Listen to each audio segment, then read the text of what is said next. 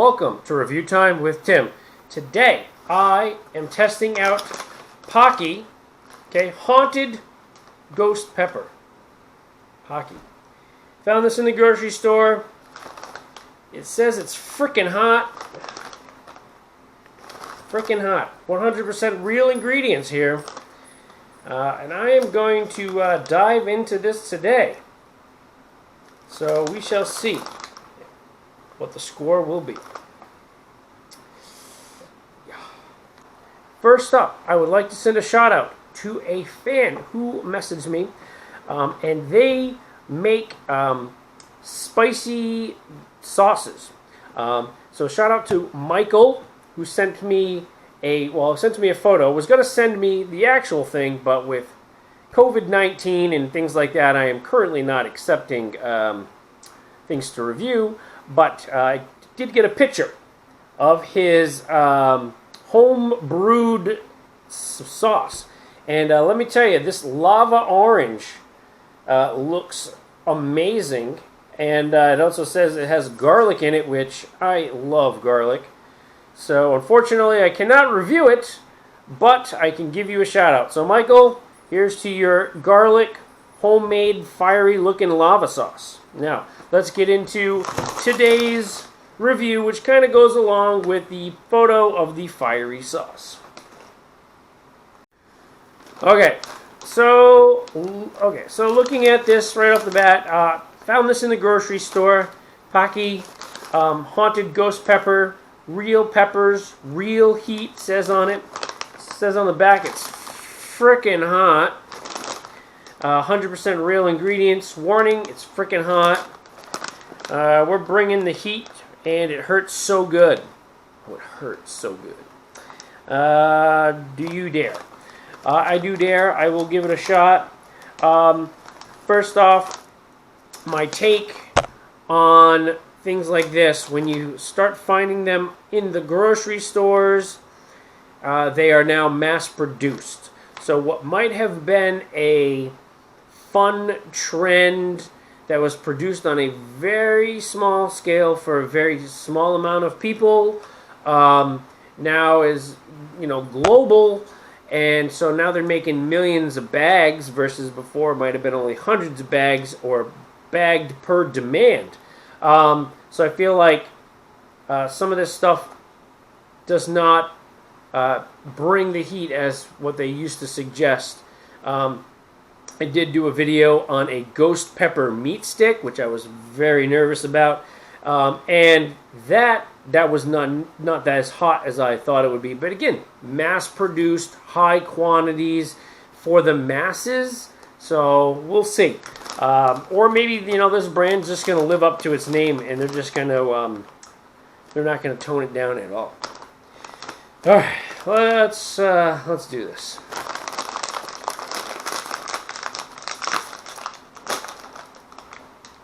I don't want to smell too hard, just in case it is overpoweringly enters my nostrils. You can smell it right off the top. Doesn't smell too hot. I can smell the corn chip more than anything else. Take one chip out. Here's the chip. It looks... You can see the seasoning along the edges. I'm going to give a little licky taste first.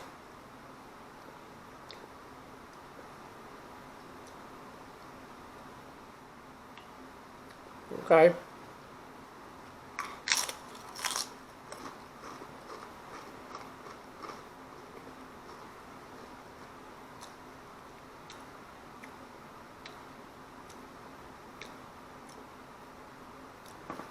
Has good seasoning on it, that's for sure.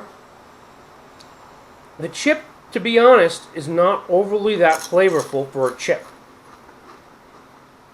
I can feel the heat coming through a little bit now. I'm really focused more on this oily type of feeling that I'm getting from the actual chip itself. Not as scary hot as I thought it was going to be.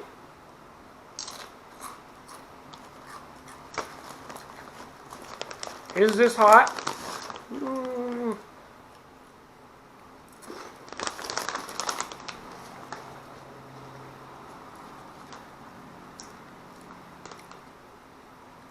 All right, so the initial bite and the heat on the first chip was there.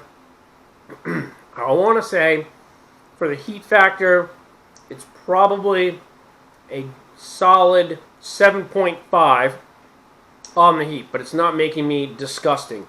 I have had some ramen soups that have actually been hotter.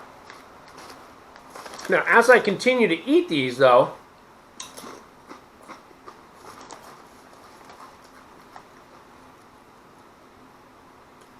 it doesn't seem like it's as bad.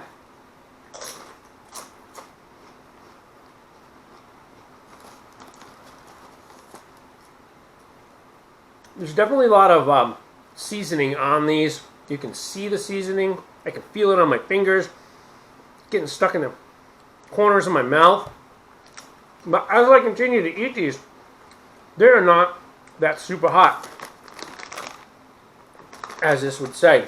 And I have seen some other videos where people are freaking out when they eat these. So, they're tasty. I mean, I wouldn't want to rub my eyes. But again, I feel like because it is something now that is, you know, mass-produced on a big scale, they're losing that little bit of edge, that little bit of oomph. Yes, my mouth is warm, my mouth is hot, but it's not overly that bad. Compared to other chips that are out there on the market, yeah, it is freaking hot compared to like Flamin' Hot Cheetos or Flamin' Hot Doritos. This definitely will trump that tenfold easily in the hot department. But as I'm like, oh, scared to eat this, no, definitely not scared to eat this. I will actually finish off this entire bag. And again, like I said, it's the commercialization that I think because they're making this for everybody realistically. And, you know, so when you order some of those really marquee ones that you find, like the Death Pepper, those are very small niche, and they're only making so many. So yeah, those Death Pepper chips or whatever they are, you can find out there on Amazon. They are severely hot. But because this is bagged and sold in the grocery store, really decreases that. Really decreases that. So, overall, I'm going, like I said, a 7.5 today on these chips. Real tasty, but the chip itself doesn't have a whole lot of flavor, and it has a little bit of an oily-like texture. But, not bad. On a side note, it's been about 5 minutes after I finished a bag of chips. I can definitely feel a little bit more tingly around my lips and in my tongue. I did notice that as I got to the bottom of the bag, the chips got a little hotter than the ones that were on top. So the ones at the bottom of the bag were definitely hotter than the ones on the top. I think that probably just has to do with packaging and the seasoning falling off the bigger chips and, you know, staying on the smaller chips at the bottom of the bag.